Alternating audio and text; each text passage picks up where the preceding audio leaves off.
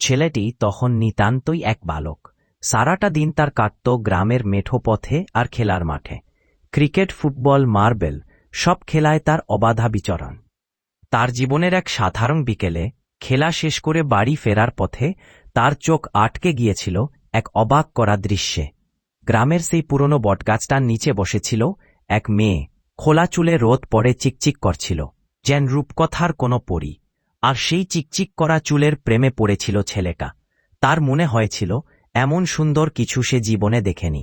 মেয়েটির নাম ছিল অনু। সে ছিল এই গ্রামের এক বড়লোকের মেয়ে।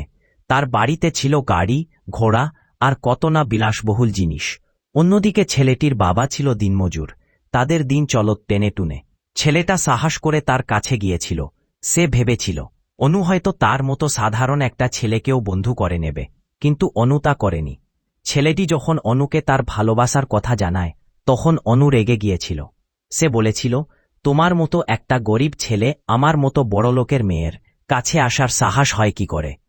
অনু এই কথাগুলো এমনভাবে বলেছিল যে ছেলেটির বুক ভেঙে গিয়েছিল।